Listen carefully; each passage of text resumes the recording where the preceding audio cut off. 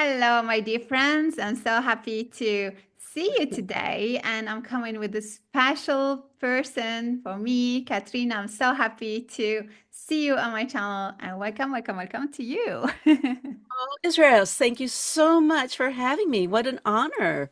It really is. I'm so excited to get to know you and also for our interest to overlap and to touch your audience. We discussed our love for tarot. We discussed our love for many other topics, and I was surprised to um, discover your depth, discover your Mm. vision and your path with tarot. So we're gonna dive deeper into that.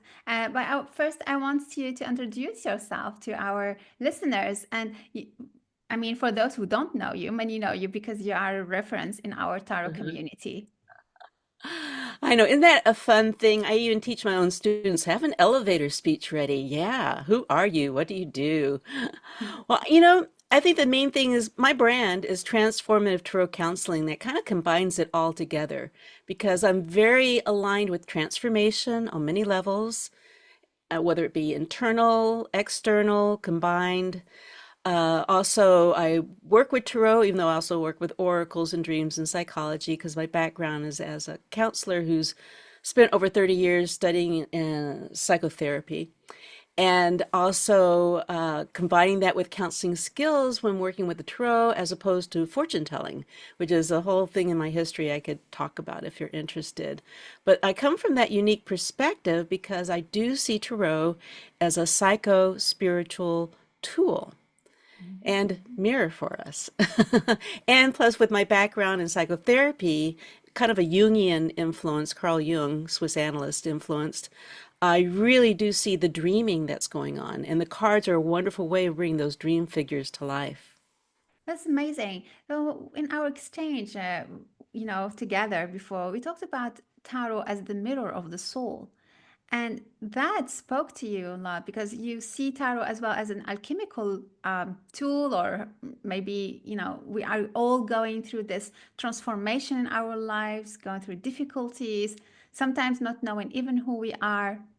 So how did you come to this concept of alchemy, tarot, alchemy, and mirror of the soul? Well, I was a solitary practitioner for 20 years. It just never even occurred to me to do readings for other people. So I'd already started off with using the tarot as a tool for self-reflection. I would do a daily journaling with a card for the day, and I'd be learning about the card, and the card would teach me about life.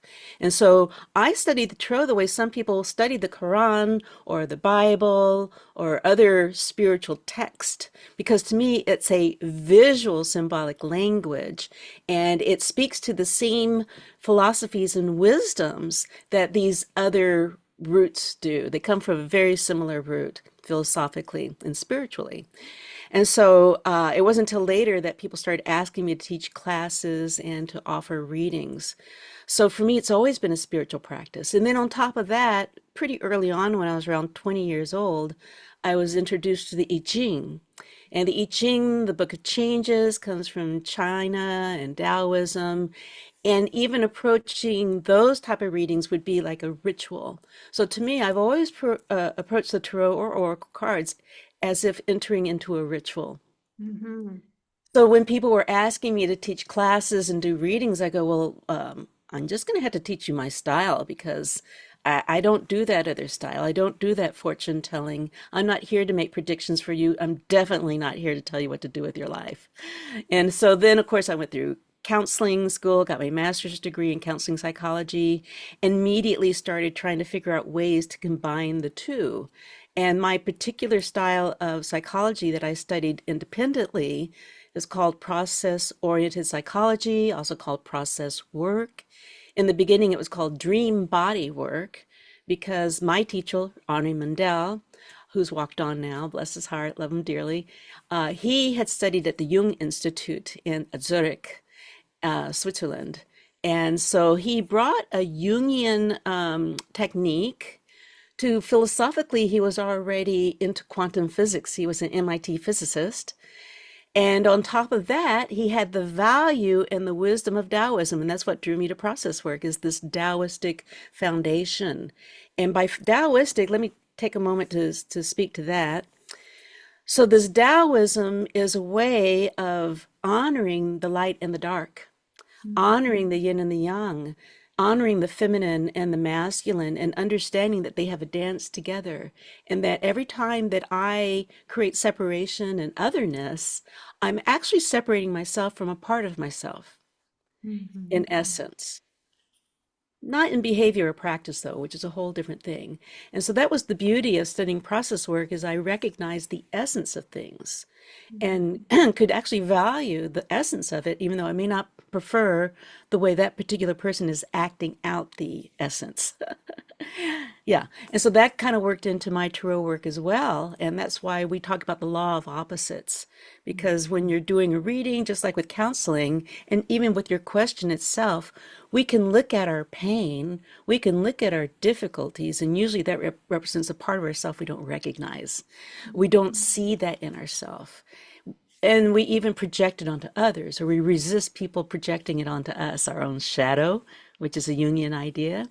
So to me, the real healing is when we remember, which means we put our members parts back together again, and we no longer see ourselves as separate from others, and we no longer see ourselves as cut off Yeah. from Yeah. life. Yeah. But understanding that we can get in touch with the essence, and the essence may not look the way that other people express it. Does That's that make sense the way I said that? yes, yes, totally. It reminds me also of the practice of soul retrieval that we do in shamanism when we bring the different parts of us. Feels, it feels like fun to do it as well with tarot because we are able to put images and words on something external, temporary, like the imagery. So, Hmm. how much is the imagery important in your practice? Tarot comes in as a chemical Yeah. tool, but how do you see the difference in the Yeah. imagery?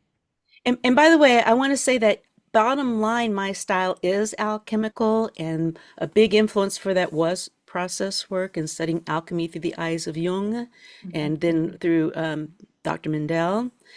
Um, so keep in mind, let's just mention alchemy for a moment. When I think of alchemy, I do think of that classic idea of turning base metal to gold Mhm. or purifying our essence. So let me just talk about that psychologically and spiritually for a moment. Mhm. So think of it this way, and this is the way I've been thinking about it these days, especially. We are, we come into this world and we're like almost like a blank slate, almost, except for we do have epigenetic cellular memories that are carried forward with us. That's the new science. And so what happens is we're born into a particular time, into a particular body, in a particular family, in a particular location, community, culture, etc. And so we get all this programming put into us. So we have the stuff we carried over through our genetics. We also have the new stuff that's layered onto us, goes into the subconscious mind.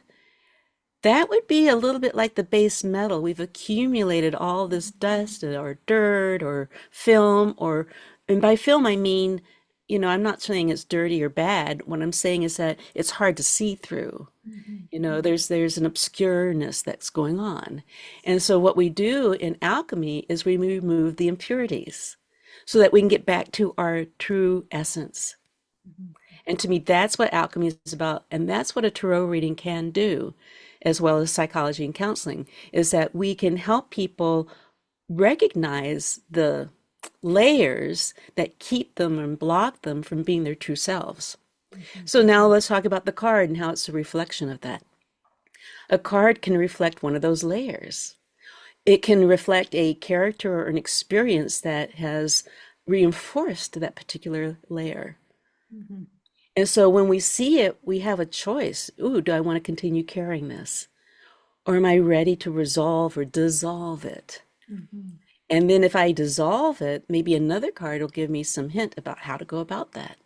Mhm. That's beautiful.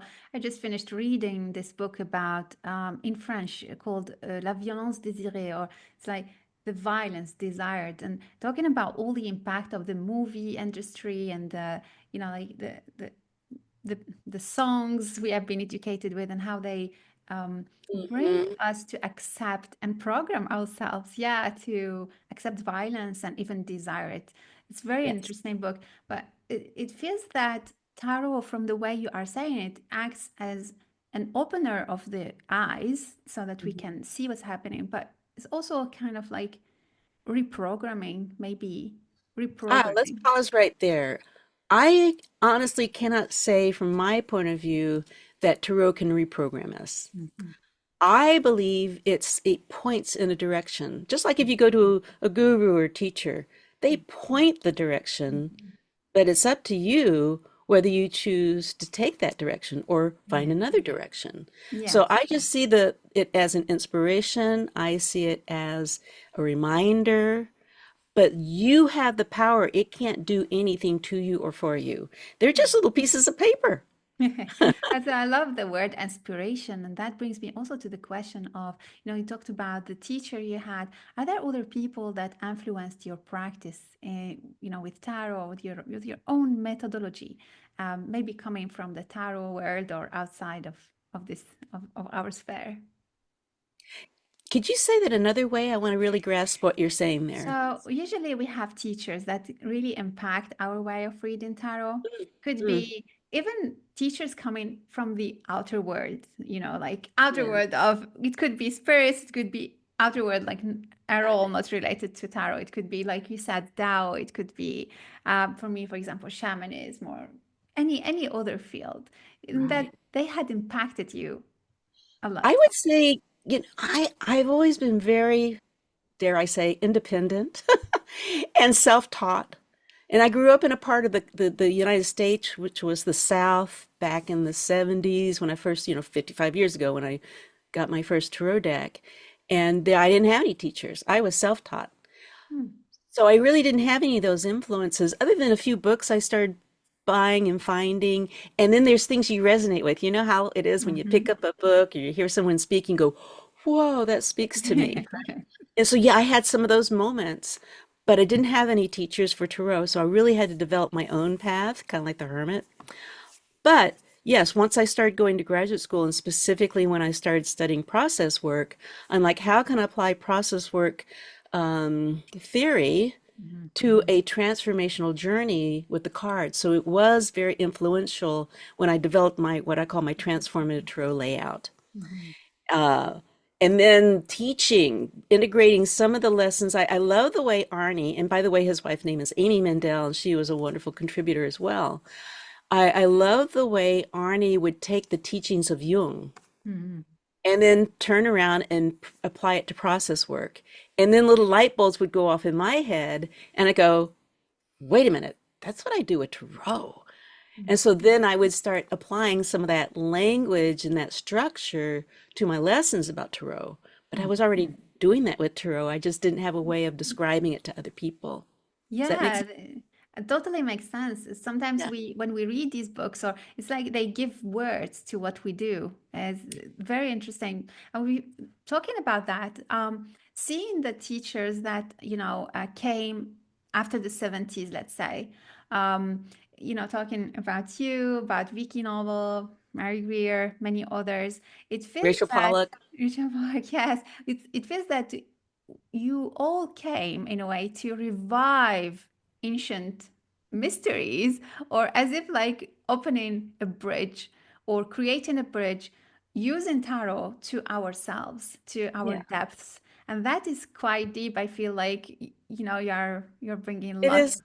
It brings tears to my eyes, and I'm really honored that you would put me in the same sentence with Mary Greer and Vicky Noble because they're friends. First off, I met Vicky as a friend first, and was so excited that she also did tarot, and of course got to meet Mary Greer very early on, like 1999, and people who I've had an opportunity to study with, teach with at conferences, and very much enjoy their books and their teaching. So yeah, and have influenced me. Vicky Noble in particular. Okay, I'll tell you my story about how I found my favorite deck. How about that? Okay, so this happens to a lot of us. You know, we get our first deck, whether it's given to us or we buy it. I don't believe in any of those taboos. In fact, my first deck I almost immediately gave it away because it was a Marseille derivative and I just couldn't relate to it. Mhm. Um, but from there I went, okay, well, gosh, there's the weight deck, you know, the weight smith, and I tried that one on and I went, uh, and I'm sorry, I don't want to offend anybody, but I'm just going to say what I really say here. Too many white people, and it's very medieval, and I just can't relate to that. All right. And so then I went to the medicine cards, which is an oracle by Jamie Sams and going blank on the fellow's name. But I'm part Native American. I have three different tribal affiliations in my bloodline. And so I thought, yeah, medicine cards is related to the animals and to the earth, and I can relate to that. But it's an oracle card, and I wanted something more. And then I went to the Mother Peace deck because it came out Mhm. in the, you know, around the early to mid 80s, I think. Round cards really representing the feminine spirit. I love the way the four suits represent people from different cultures, Mhm. and that they changed some of the imagery, and really love the interview you did with Vicky and hearing more about the history about how she and Karen Hochul created that deck and the time they took off to really dedicate themselves to it. I was so proud of her. Anyway, but then even then I said it's too human centric for me. Mhm. And Mhm. so then I discovered the Voyager Tarot cards from Yes, James yes. Wanless and Ken Knutson. And it's like I found my home, and I've Mhm. been there ever since. That was the mid 80s, because these cards are photo collages, and they have planets, and they have stones and crystals, and they have animals and nature, and then parts of people. It's not human centric, but it'll Mhm. have humans in it. And I went, and it's cosmic, you know, it has the universe in it, and it has molecules in it, it has the DNA in it. I went, yeah, that's my deck. It's very, very cosmic. Wow. So so that was my journey through trying to find my home with the Trow and having a deck that reflects who I am. But of course, I've come back to this Waite Smith, and I use it as a teaching tool because now I understand all the layers of mysticism and metaphysical, and I understand a lot more about what Waite's intention was and Pamela Coleman Smith's contribution, and very much studied it deeply and then teach it. So I've kind of come around to being a scholar now, and I Mhm. appreciate that. And that's what I love about Mary Greer. Mary Greer and I are we both come from a Jungian psychological and spiritual approach in terms of our scholarliness and what we bring to our teachings and what we write. So just really, really love that too. It's like each teacher has some beautiful, just like you, my friend, have something really beautiful that we're contributing to the world, just like you said. And yeah, maybe all Mary and I and Vicky were like similar vintage in terms of our age. But But also, we need the new generations too, right? that's why it's important to transmit your way, your messages, your experiences and adventures. And Hmm. one adventure you had is to confront the stereotypes related to cards reading and fortune telling. So, how did you navigate through that and bring in the psychology into the practice? First, what are the stereotypes that shocked you, and how did you confront them? How did you go through? Okay, stereotypes. Say a little bit more about what you mean by stereotypes. For example, every time I say to people, or even they see my cards, they are like, "Oh, can you read my future?" For example, Oh, I get it. Okay. or also there are even deeper stereotypes related to working as a tarot reader. Yes. There's And even so the many. cards have stereotypes like, ooh, this card's always bad and that one's always good. Totally, totally, So yeah. yeah, so remember I was just studying on my own for 20 years and then I moved to this little bitty area on the coast of Oregon in the United States. So it's right here on the Pacific Ocean. And in this little bitty town, people started finding out that I knew tarot and started asking me to teach, right? And to do Yes. readings. And so the first time I was invited to do a psychic fair, I said, well, I don't want people coming up and thinking I do fortune telling, so I've got to come up with a new name for myself. Mhm. And that was in 1992, I think it was. And I came up with the name Tarot Counseling. I mean, just out of the blue, made it up, put it on my sign so that if people came to me, I wanted them to know ahead of time, yeah, I'm doing that. I'm not doing your typical. And then what you do is you educate each client and then they have a choice whether that's what they're looking for or not. So it's very open-ended. And I never had, not once in my whole life do I ever remember anybody demonizing me for what I do. Because I Mhm. don't carry those fears around, you see, so I don't need that reflected back to me. Mhm.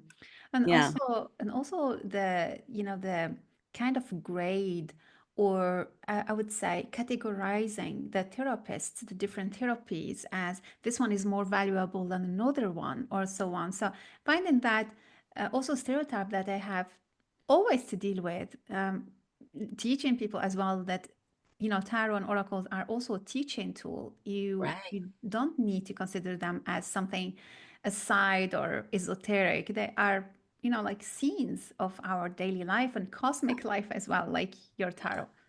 And I also want to say that I realize some of our listeners might live in areas that are very closed-minded or have very traditional ideas and may have these challenges. And I just happen to live in areas like California, Washington State, Oregon, on the West Coast, where people are generally considered more progressive. But I did grow up in Texas.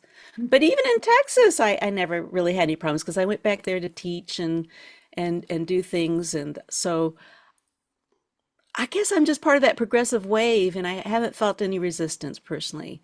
Yeah. Um, And even mhm. Occasionally, I come across people in the tarot world who have that old idea of competition and thus maybe see someone like me as a threat or something weird like that. But that's not my attitude. So I don't tend to attract those people in my life. So what I'm kind of saying here is our attitude about ourselves and what we do can sometimes be more powerful than the projections and the fears coming from other people. Yes. And it's interesting because, as I um, lived part of my life, or let's say the last years in Portugal, I got the chance to meet really very nice people around the tarot and Mhm. exploring what each card meant and so on. So it's as if like the tarot constitutes a space as well where we can meet uh, Yeah. people that might have same interests, might have some affinities. So I see it as a bridge again between Yes. people, between the different spheres, like the different topics, Mhm. areas, studies. Very interesting. Sometimes we call ourselves a Tarot tribe. And when we get together at conferences, it's like a little love fest. That's true. But what it is we have a shared language, and it's Yes. a unique language. And then it's like other people don't tend to speak our language. So when we get together, we're just so excited to be with our people. And Yes. what I find is very beautiful about our people is that we don't care what their skin tone is. We do not care what their first language is. We do not care what part of the world they came from. We do not care what their politics are. We just care about the fact that we share this passion for this beautiful and magical tool. And Very interesting. that's like the magnet that brings us together. It's very interesting what you are sharing. Basically, how I hear it is that tarot invites us to meet from a heart to heart perspective, but also it invites to discussion, like discussion and reflection about, reflecting about ourselves, but also about what the other is saying. I tend to see less political talks, but even that, when it happens, there is more space between what we feel and the words, and so things go smoothly. It's very interesting how tarot is impacting our relationships. Well, let me say something that I feel strongly about with the tarot. And by the way, some of this I did learn from books. So I'm going to say two things here, but I got to say the older thing first. One of my favorite research projects has been following how different people express what I call the sacred journey of your soul through the major arcana. In fact, that's something I teach in my beginning classes, which we'll talk about later. But it really looks at the sequence of the major arcana cards as if it was a story and a pathway. And it's a pathway of our evolution. But it's our evolution on an individual level, on a familial or relational level, as well as a cultural and a worldly level. In fact, I have several of my weblog posts about that. And I did one recently on the moon a couple of months ago. I think it was May. Yeah. So the cards themselves show us where we are on our journey. But this is the main thing I wanted to say. This is what I've learned from studying the tarot, especially the major arcana, the first 22 cards, the ones that tend to have Roman numerals on them, is that the tarot journey itself teaches us how to move through dualism back to unity consciousness again. Mhm. So if a person is studying tarot and has really truly used it as a guide in their life, it is teaching us, on a psycho-spiritual point of view, how to be less dualistic, how to be more accepting, how to be more inclusive, which to me means how to be more loving unconditionally, Mhm.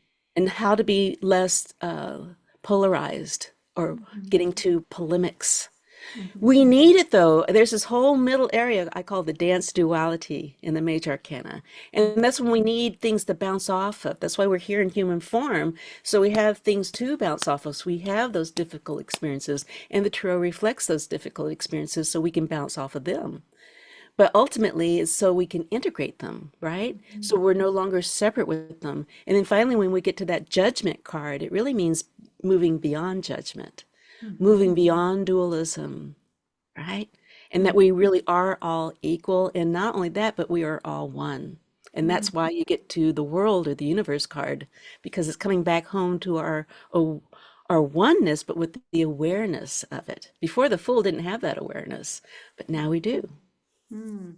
Just absorbing these wisdom words because they really resonate deeply within me. It's as if like the tarot has this, micro and macro vision of our inner world. But also, you brought the cosmos today to, and I love, I studied and teach about the cosmic law, so it's really very, very, very important for me. Bringing that cosmic as well, cosmic view. It's also as if it removes the separation even on our own perception of our place in the world. Like, what did we come to do here? What is our mission? Yes. The oneness, not with the individuals only, but with everything. So that's how I feel And on what you that topic, I love working with the tarot numerology. said. And this is something Mary Greer and I, we actually both studied with Anjali Sarian, who is in the San Francisco area. She's walked on now. But, and then a few other people, James Wanless, who did the Voyager deck, also studied with Anjali Sarian. We all studied this tarot numerology, which she didn't create, but she certainly put it on the map and promoted it. And when you're working with your birth date in numerology and you narrow down those numbers, you figure out which of the major arcana cards represent your life purpose, path, and passion, Mhm. as well as your lessons. Mhm. Mhm. Because I do believe, I truly do believe we're here to express our passion and our purpose. Mhm. And the tarot can help us get aligned with that. And Yeah. that's, I get so excited about teaching that. And also that's my most popular reading with people. Talking about people and the evolution. So it's as if like we evolve individually, but we are evolving, consciously all together. Have you noticed a change in the type of questions you have been receiving through the years, type of clients coming to you? Is there something that is different? Well, keep in mind, each of us is a little bit of a magnet. That's We're going true. to draw people to us who represent our gift or Hmm. whatever it is that we have to share.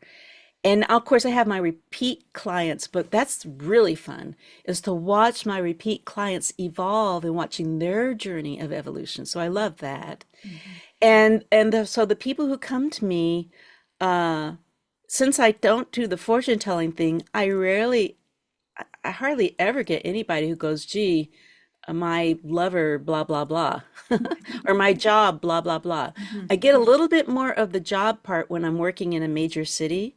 Hmm. But since most of my readings are either online or I did recently do our local psychic fair, and people kind of know my reputation, they know they're coming to me to not focus so much on problems, but what's the next step in my own evolution? You Mm. see?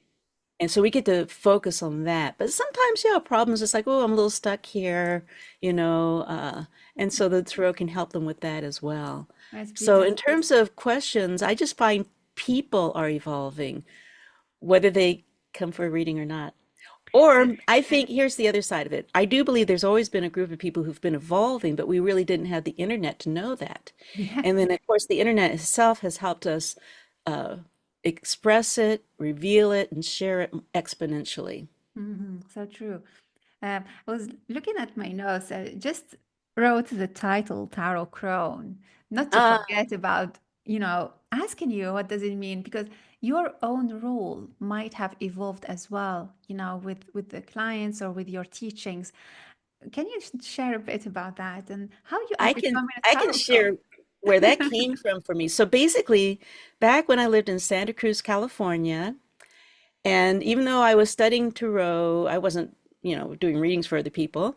But I used to go to this woman at least once a year for a reading. Her name was Lady Dorothy. And she had one of the original Albano Waite-Smith decks. That's when I decided to go back to the Waite-Smith deck because I love the Albano because it has like the original color is has the colors of the rainbow. It's got purple and real reds and silver and gold. Anyway, and so she was in her 70s and late I was in my late 20s, mid to late 20s and early 30s, and I thought that's who I want to be when I'm 70. Mm. I want to be that loving, sweet, well, okay, maybe not sweet, but she's sweet. That loving, sweet crone who's just there to help guide people, you know? And so now that I'm 69, I go, I'm almost 70. I think I am a crone. I've earned it. And then also in the Native American traditions here, I don't know about your traditions, I'd love to hear about it, but in our traditions, once you hit 50, you're called an elder. Mm. And so an elder is a person who is respected in the tribe, and because they have knowledge, they have experience, and so you go to them to get that kind of guidance because they're there to help not just the children, but the grandchildren, you Mm. see. And then a lot of our native people, we think in terms of 7 generations. And so we know whatever we do now is going to influence the next 7 generations. And so we want to bring a lot of consciousness and a responsibility to that Mm. wisdom. That's really lovely. Well, I live in different cultures at the same time, but I was born in Algeria. So in North Africa, elders is like as soon as you have white hair, you are becoming an elder. So I don't know why the color of the hair acts as such, but Hmm. women tend to tend their hair, and so it's as if like they are tending their wisdom. They're hiding it for Ah, now. It's just I don't want to go there yet, not yet. But elders are respected and like loved, and they are part of the family life. It's not like they mhm, are living separately. Everyone lives most of the time all together and so on.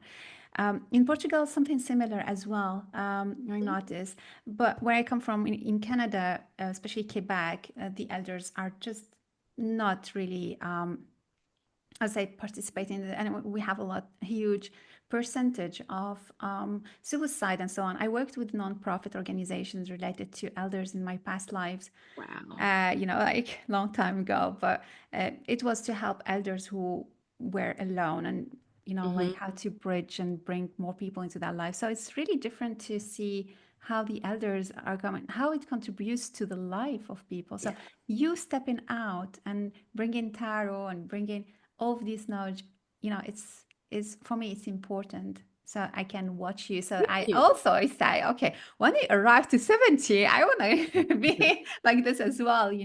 So it's really important to to show up and And you're be. bringing up a really good point too, is that all of us, but especially elders, need to model the beautiful, loving potential that we each have. And so if I get to be really healthy and happy and content in my age, then that is reinforcement for you and younger people who go, wait, it's like when Lady Dorothy was that model for me. You see, Yes. I am aiming for that.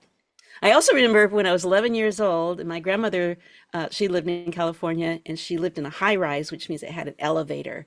And I remember I was going down in the elevator, and this woman was next to me. So here I am, a little 11-year-old, and she looks at my hair and she goes, "My hair used to be that color."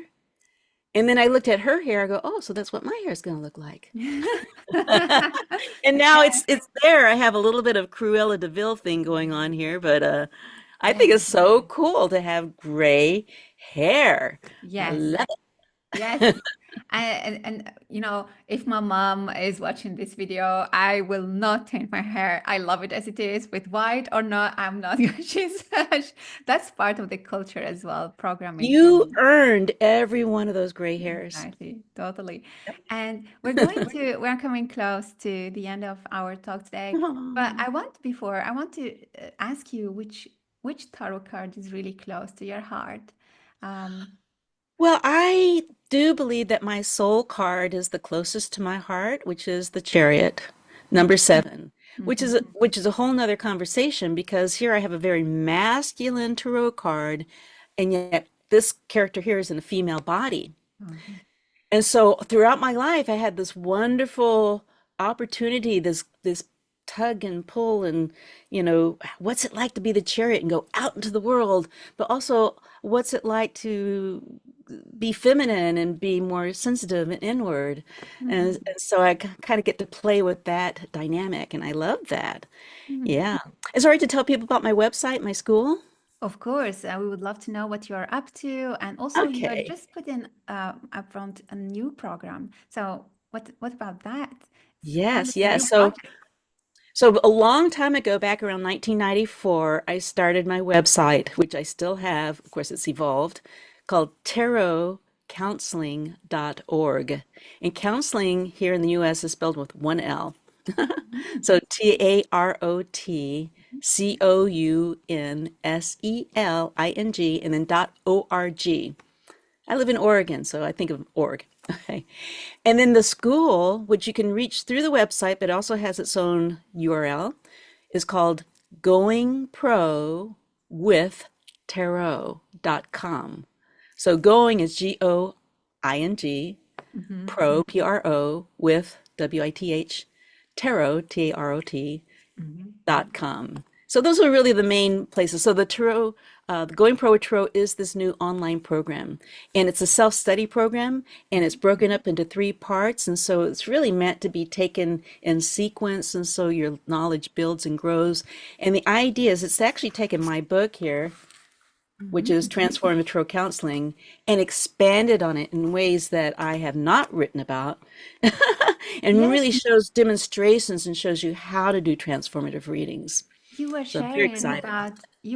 about all your research that you combined, but you couldn't really publish everything in that small book, but still it's rich. So, it was fun to learn that you put all that knowledge into this new program. Right. I will put the links below, so if you want to Oh, join that. okay, great. And here's the other thing is that a lot of tarot people are visually oriented. Some people are more audio, they like to read, they hear things. But us tarot people, we tend to be more visual. And so that's why I like to teach visually. So Mhm. that's why I like to produce webinars. So you either see me on video or you see the slide presentation, or I do demonstrations with different reading techniques and different ideas and demonstrations with the cards. And I find that for us tarot people, it goes in easier that way. It's And true. I love teaching it that way. It's my much favorite. I much prefer it. Mhm. Yeah. Great. Yeah. And you have also events, you said. So, any other events coming up? Yeah. So most of my events have gone online post COVID. I have an annual Tarot retreat, which is always the end of July.